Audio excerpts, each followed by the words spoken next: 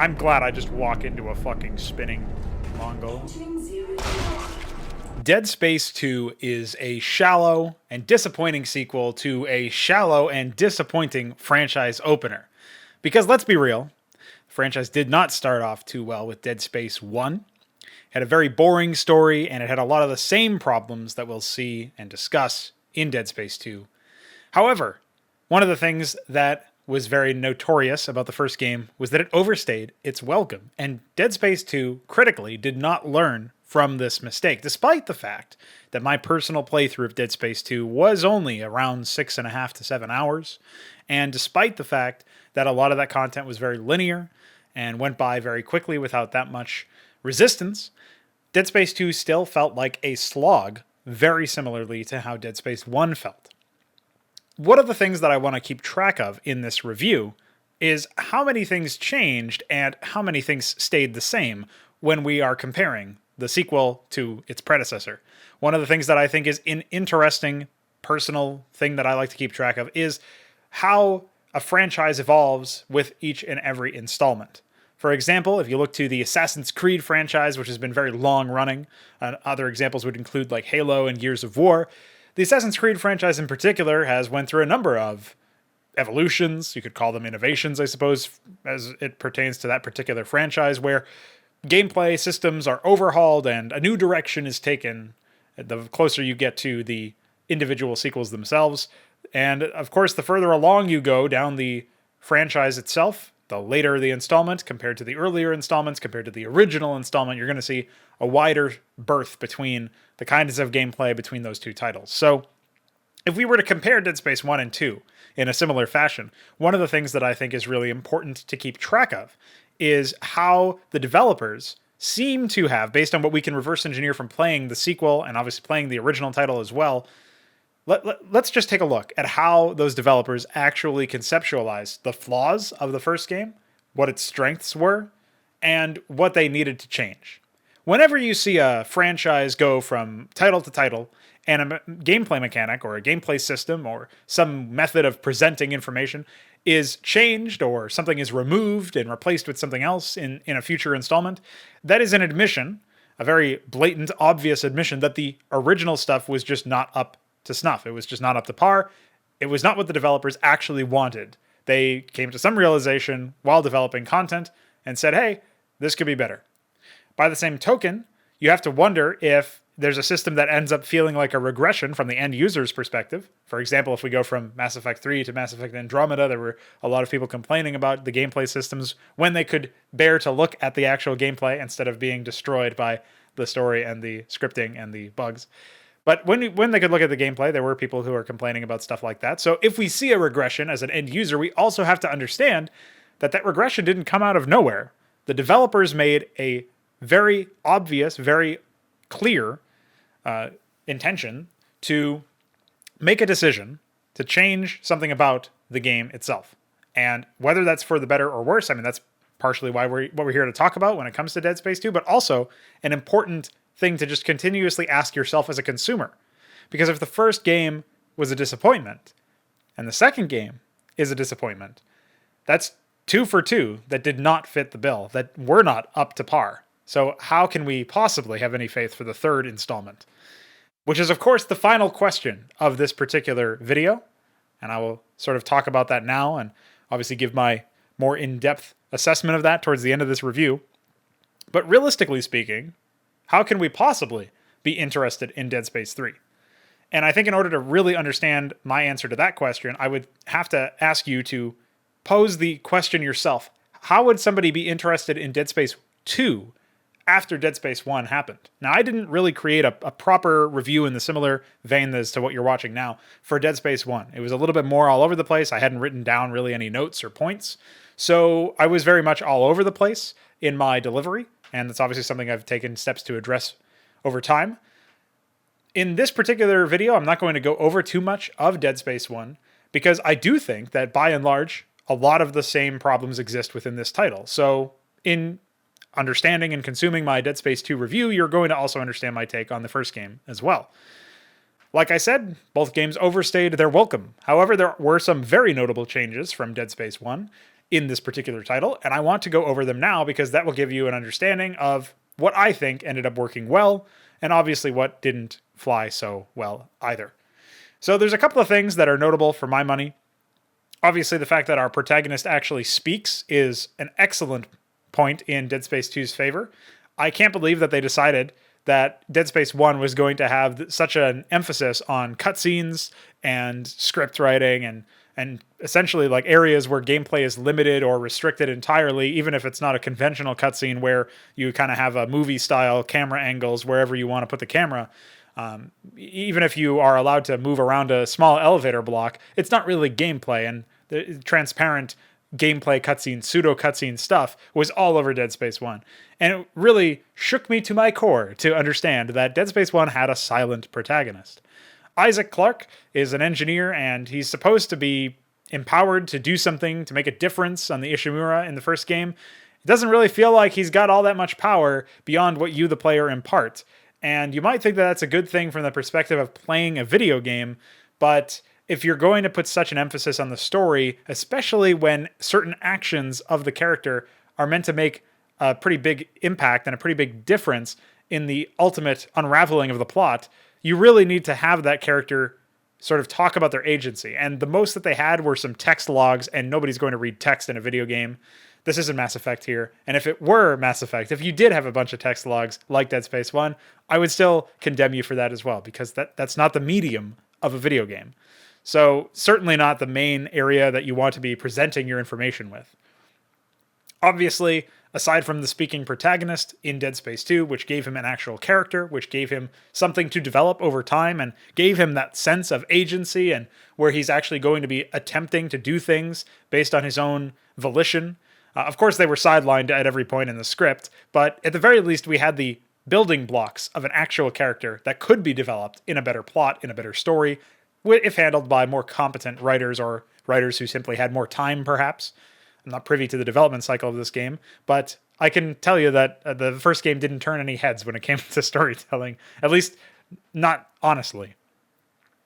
Aside from that change, of course, we do have the better zero-G movement. We, of course, can actually maneuver in relative 3D space, I would say. It's much less clunky than in the first game, and it feels much more like they made a decided push to improve this gameplay system to give the player a bit more of freedom of movement, and also to, in theory, challenge the player in ways that they hadn't been able to honestly challenge them in the first game, because you can't realistically be dealing with a certain number of enemies or a certain composition of enemies if you can't even really navigate very cleanly, if it is exactly as clunky as Dead Space 1 was. So it was a necessary change, and one that I think is positive, but it was also not one that was leveraged very well. I don't believe that Dead Space 2 had more zero-G environments per hour of game time than Dead Space 1 did, at least not measurably, not to a significant degree. So bearing that in mind, as a result of that, it feels almost like, okay, they've made this change to the zero-G movement, and it is welcome, but it's not like they were doing so because they wanted to have a significant portion of the gameplay, significantly more than the first game anyway, be consumed by zero-G sequences. And the problem that zero-G sequences also belie is one of puzzles, but we'll get to that as well. Of course, the other thing that was a really big departure from the first title was actually just an expansion of a system. It was the upgrade paths and random enhanced gear. I still don't know what that's about. Maybe it detected that I had some achievements in Dead Space 1 and gave me some extras. I really don't know where that came from, and it's such a minor point in the grand scheme of things that it's not really worth looking up. But I'm sure somebody who's an enthusiast regarding this title might be able to clue me in the comments section. The thing that really gets me about the upgrades in Dead Space 2 are how unimpactful they ultimately end up feeling. Even when you're increasing damage, as you progress through the game throws at you higher HP enemies in the form of those golden, yellow, dark enemies, the necromorphs that just take more hits to kill. Now, in Dead Space 1, there were armored necromorphs, but ultimately, maybe as a result of the upgrades, or maybe as a result of some behind-the-scenes, under-the-hood balancing decisions made by the development team, those people either didn't exist or didn't feel very impactful if they did exist. Those armored Necrons, the ones that were supposed to be a little bit more, choosy with how you actually dismember them. because maybe their legs are armored, or maybe their arms are armored, or maybe their head is armored. There's a couple of different things that they could have done, but those enemies by and large did not feel like they were there. There were a couple of times where I thought they might have been, but it might also have just been a model variant, a situation where the 3D model is slightly different for the sake of immersion, for the sake of maybe pretending that it's a Marine instead of a civilian or something. However, I am a little disappointed at the lack of actual diverse compositions. There's a decent number of monster enemies, but a lot of them end up being variants of the same type.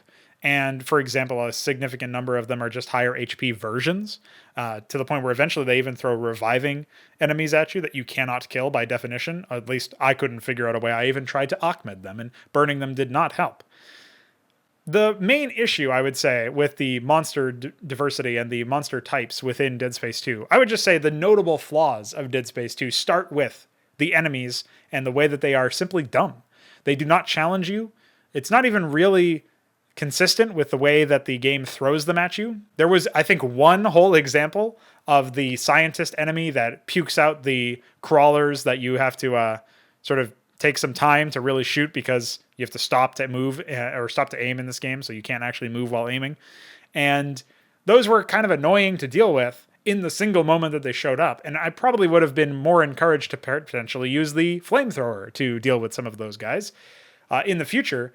And certainly they could have made a lethal component of a larger composition of enemies. But for the most part, you're fighting maybe like upwards of 10 at the higher upper limit in a very rare sequence, 10 enemies at a time. And I'm talking about large, notable enemies, not like the small, broodling type enemies that would come out of Tony, or the crawlers that came out of that scientist in the one time the scientist showed up. It just feels so weird that they would have this reliance on having essentially clones of the same enemy type that for all intents and purposes do pretty much the same thing, with potentially one thing different about them, such as the dog type enemies, as I would call them, that just lunge at you and have that 0G almost feeling where they can clearly jump around and they can climb on the walls and stuff. And then there are the ranged dogs that can attack you with those 3 spikes. And those guys take so long to even acquire you as a target, let alone actually start launching stuff at you, that they feel like they were dumbed down because of low playtester reaction time.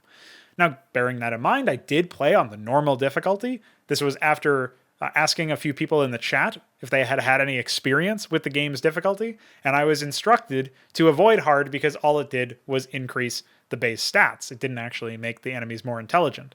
I probably should have vetted that information prior to starting the stream. I will take some responsibility for that. However, that all still being said, even if it's just some stat buffs, it might still have been a more rewarding experience insofar as maybe the correct way to balance the enemies is to give them slightly higher base HP. I don't fully know. I didn't play on the hard difficulty, so I can't speak to that. But on the normal difficulty, the enemies were essentially brain dead. The one interesting enemy, in terms of its artificial intelligence, in terms of its tactics, was that vulture crow type enemy that would peek out at you from certain areas. I thought that was a quite thematic addition to the bestiary of Dead Space. And I think that more enemies like that, particularly enemies that could essentially distract you and give you make you vulnerable to attacks from those more opportunistic enemies, that could have been a really interesting composition. Unfortunately, like everything else that's potentially positive or outright positive about Dead Space 2, they were not leveraged correctly. They were used pretty much just in isolation with themselves and maybe a couple of other small, weak enemies, and a lot of the level design didn't even really allow them to fully shine. There was the one room that was filled with a bunch of head-high cover and maybe above head-high cover that allowed you to walk around in essentially what felt like an abandoned cargo bay where there was a bunch of tanks lying around, a bunch of cargo containers. And I thought that that was an area where their impact could be felt, and you did have to respect them to some degree because they did a decent amount of damage. Their attacks were relatively telegraphed, but in a game where you have to stand still to shoot, it was still quite lethal if you didn't know 100% where they were coming from in terms of the direction that they were oriented in. However, I still feel like those vulture crow enemies would have been much better as part of a larger, more in-depth, more diverse composition of enemies, as opposed to simply being the pièce de résistance, in fact, the only piece of a composition in many respects, where there were no other lasting impacts from other types of enemies. Maybe there were some of those really, really poorly designed landmine type enemies that fire off the spores that oftentimes just kill them, which is really comical. Maybe there were some of those lying around in some of those areas, but ultimately even those enemies were just self-defeating, literally. And at that kind of point, I don't understand why you would ever bother even dealing with them. It just doesn't make any sense. I don't even know why they were added to begin with. I don't believe they were in the first game. That being said, a couple of enemies that do make their reappearance, such as Tony, and such as obviously the very more common necromorphs and the dogs that I already mentioned, and the single instance of the scientist, and potentially that reviving guy. I still haven't verified whether or not he was in the first game, but he does feel somewhat familiar. Maybe I'm just used to games throwing unkillable enemies at me and saying haha. However, I do want to mention that those enemies that did return felt somewhat intuitive because of my past experience with the franchise. I knew what to do against them. Again, I think they still could have been lethal or still could have been potentially powerful in a way that doesn't require you to kneecap the player's mobility and decision making and force them to stand still in order to actually interact with the game's shooting systems. I feel like you probably could have made this game a lot better in terms of its pacing and a lot more like a perhaps traditional third-person shooter if you had hip firing and if you had the ability to move while hip firing. And even if you have to, not shoot while sprinting, even if you have to include a sprint key, I'm personally of the idea that you should probably auto sprint and then have a walk key. That's better for me. That's more like Counter-Strike or Quake or any of these other older styled FPS games. And I don't see a reason to make the player move so slowly. My thought process is maybe that was a decision that was not at all revisited when the Dead Space 2 sequel development began, right? When you consider the development cycle of Dead Space 2, another point to make, given the limited number of changes, but despite the fact that they were notable, they were limited in number from the first game, it felt more like an expansion pack in many ways. It added a couple of new units, added some gear, added some upgrade options, obviously revamped some systems like the zero-G movement, and obviously gave the protagonist a voice. That was nice. Despite all of this, it feels more, especially in terms of just gameplay, ignoring the protagonist and ignoring the story and all that stuff, it feels more like one of those expansion packs for some of those other shooters that I just rattled off names of.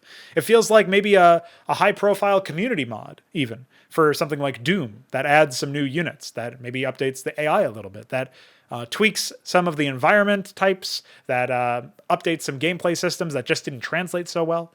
There's all sorts of different things that you could draw parallels to, but none of them really feel like a brand new sequel.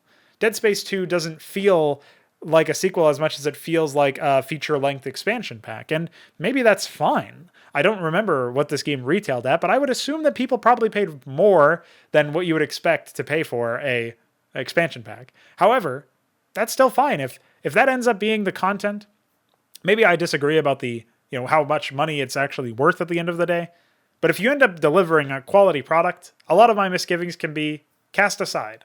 Unfortunately, all of these misgivings about the enemies and about the overstaying your welcome, the grindy nature of the game, the fact that very often it felt like you were just either walking down the same hallway over and over again, or in some cases you were getting lost. Going backwards in some of the only areas that had any dynamic nature to their level design whatsoever, such as that church area that doubled as a bit of a library, where I would constantly get lost. I mean, for areas that feel like maybe they were there for padding the gameplay runtime, they certainly don't feel like they were a real living place. The necromorphs do not take over areas. They do not really dynamically, emergently create gameplay space for the player to interact with. And they are very much just there to attack you as soon as you walk into an area, and maybe spawn in if you trigger a certain trip mine, invisible location in the area, in the gameplay space. That's pretty much all the necromorphs actually do. And it would really benefit the game if not only did they have even more diverse enemy compositions and just a bigger roster of enemies in general. Not only would that improve the game's experience in general, I would say, broad strokes, right? But I also think that if they actually made it so that the necromorphs perhaps dynamically attacked certain sites, and you actually had a bit of interplay with the the Marines that were deployed to not only neutralize you, but also all the necromorphs. That could have been really interesting. In fact, I was very disappointed that I could never at any point attack some of those Marines directly. I feel like they teased it in the early stages of the game. In that stupid on-rails section where you're caught in a straitjacket and you have to escape. There's all of that opportunity for the, there's the one little scene where you get shot at and they miss. Or that maybe they take aim and then they don't ever shoot at you at all.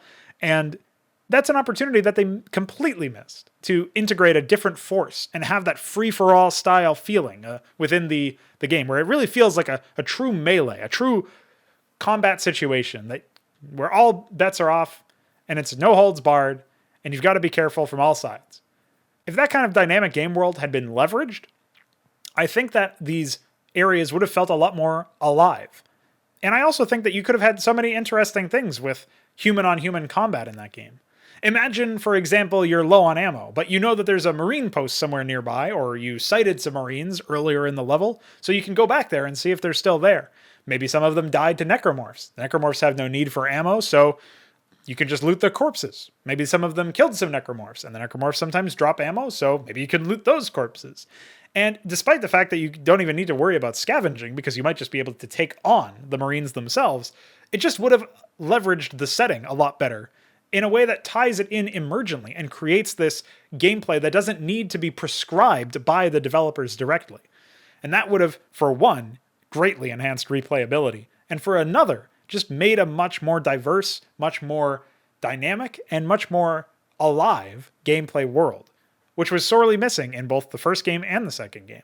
One of my main criticisms of Dead Space 1 was indeed related to the fact that you couldn't go back to the area that you had just been in, despite the fact that you're just taking a train everywhere.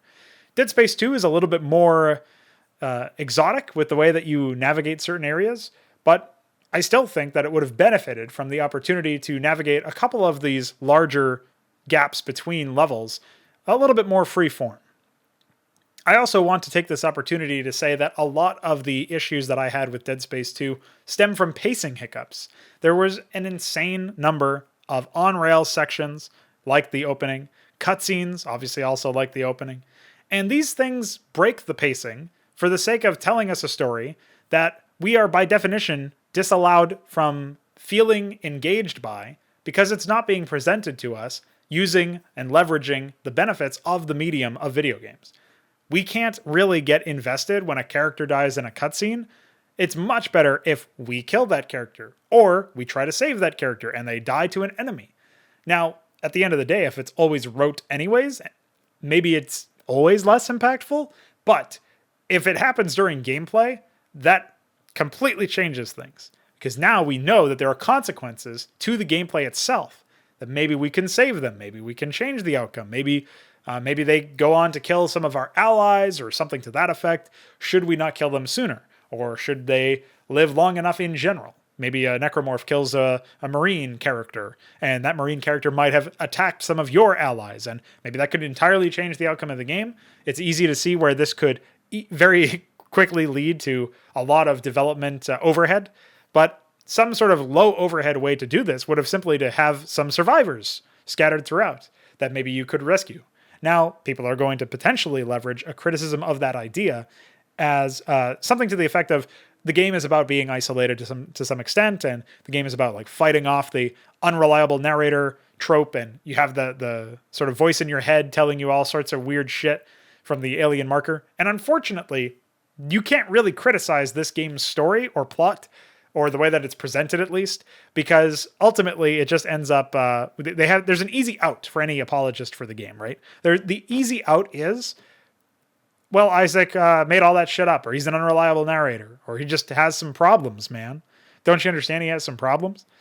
These are issues that we unfortunately are not able to sidestep easily.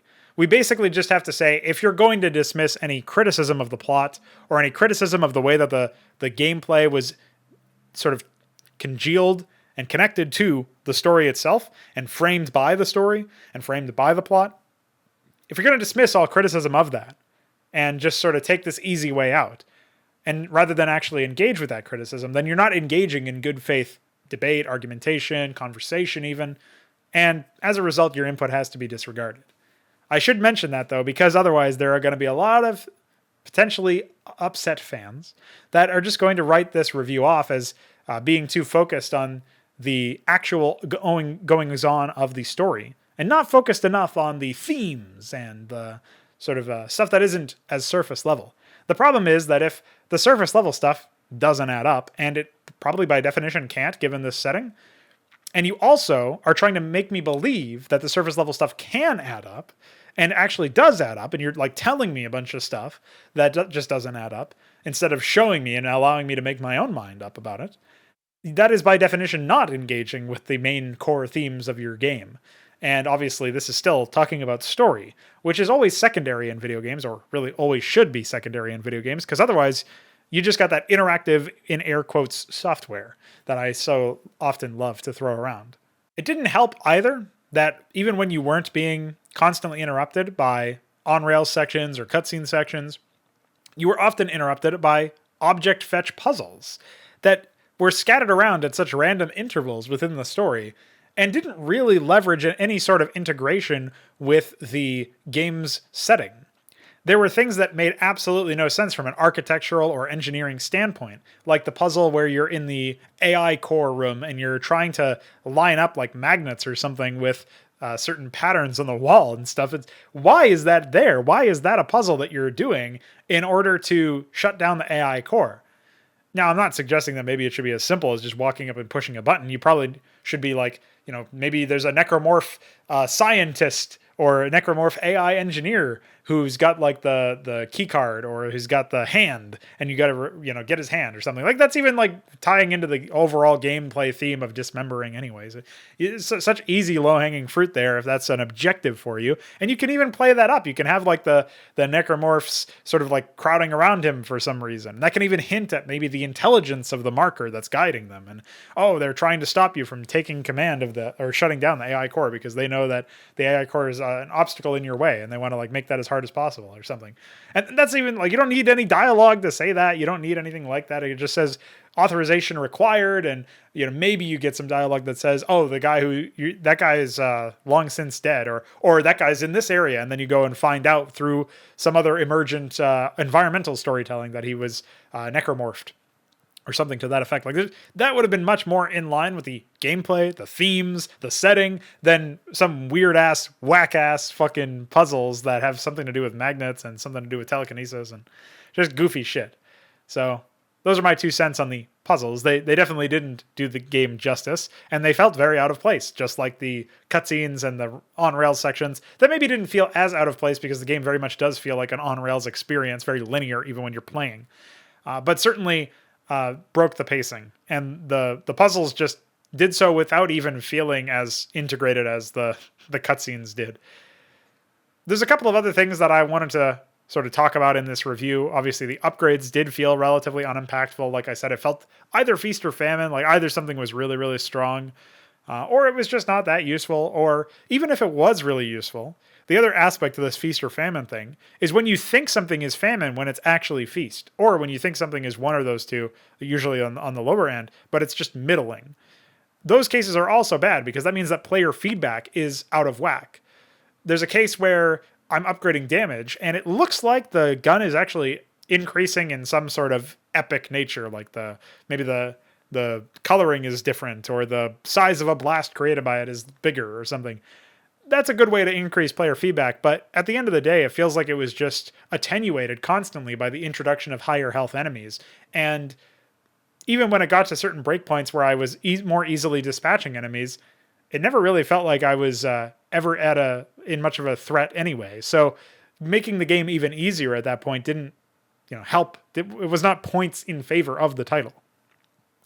And of course, rounding up my misgivings of the flaws of this title, I should once again mention the exceedingly linear design that this title exemplified in its levels.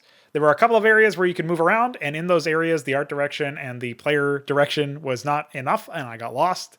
And maybe that's just because I was so conditioned to always moving in the only direction that I could for the rest of the title. And maybe some of that is also because I was dumb. But I would hazard a guess that having played a lot of other FPS games with much more dynamic features, I probably should have just used the idiot go here button that draws a little line in the sand for you to follow. But ultimately, even not using that, it just, most of the time you don't even need to. And as a result, when you finally would need to, because you've stumbled into an area you didn't know was dynamic, that's when it will start to bite you in the ass. So just one of those other areas where there's a couple of areas in the game in general where you were encouraged to play the game in a different way than previously without knowing. I guess you weren't encouraged to play the game differently. You had to. You had to search for dynamic exits to this area. You had to run forward and ignore enemies when previously you were encouraged to kill them all and loot their corpses. You know, there's a bunch of areas in the game that are like that. And at the end of the day, it felt like there was never really an opportunity to get a feel for what Dead Space 2's core gameplay loop actually was. As a result of not having a chance of understanding that, I don't even know if I'm equipped to speak on how good it was or how bad it was or what needed to be changed. Just because the game itself, the storyline itself, the story missions and those levels and the enemies that I fought, they didn't give me the right kind of experiences to feel like I can qualitatively analyze the core gameplay itself. I would just say that it was disappointing I couldn't hip fire, and I definitely felt like the enemies were only ever threatening if I just absolutely stood still and did nothing, and even then, very rarely. I felt like the compositions were not great, could have been a lot more diverse, and there were so many opportunities to do more interesting things with unit composition, like I already mentioned, that was a real disappointing factor, especially when they started adding some of those like crow units and stuff. I thought those were really cool, and I thought that they could have been leveraged a lot better. I also think that there's a fundamental misunderstanding of the original game's flaws in that they didn't revise even more in stuff than they did in Dead Space 2 compared to Dead Space 1. They should have revised even more systems. They should have integrated even more to the game, and they really should have overhauled their overall design process. Maybe that's not something they could have done given their budget or deadline or whatever was going on behind the scenes, their development process, we'll say. Maybe they just simply didn't think that was the case. But regardless of how financially successful this title may or may not have been, admittedly, I haven't looked into that because it's not something that interests me. It's very clear that this game did not do what it probably set out to do, which is be a high quality experience. It didn't leverage its setting very well. It certainly didn't leverage the enemies that you face very well. And it also didn't feel like there was enough of a change from the first game to make it feel like a real sequel. Again, it felt more like an expansion pack. So those are my thoughts on Dead Space 2. And as I was saying at the beginning of this video, I can't imagine you ever getting excited or interested in Dead Space 3 after playing the first two games. I did say at the end of my Dead Space 1 playtime and review that one of the things that I wanted to do upon playing and reviewing the second and third games is look back on the first title and see if we could recontextualize some value based on where the development process led. But I've only heard terrible things about Dead Space 3, and given how Dead Space 2 was an underwhelming, but I guess in a technical sense, upgrade over the first title, I can only imagine that maybe, hopefully, Dead Space 3 will have some sort of improvement over Dead Space 2 buried within it. I can't say I'm very optimistic, but time will tell. Information. Why? Dude, what the fuck?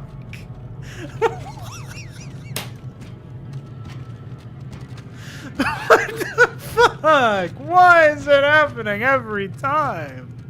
Every single room has something fucked in it. Jesus Christ. I thought for a second it was 0G, but it's not. There's nothing else. It's just spinning in a circle. Oh my fucking god. Oh. Man, you thought that the original Dead Space LP had spinning. I agree. Take your COVID medicine.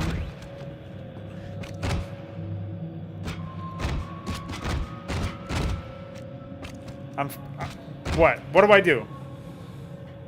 What do I do? What do I do? What the fuck do I do, dude? How? How?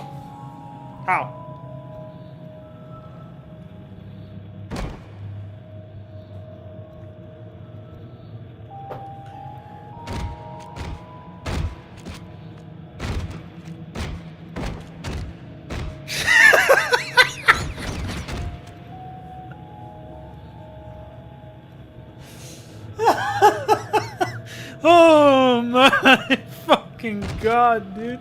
This game came out in 2011. But this woman is time traveling. She is vibrating at faster than the speed of light. Oh my fucking god.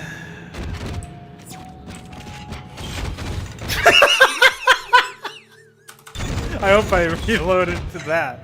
Holy shit.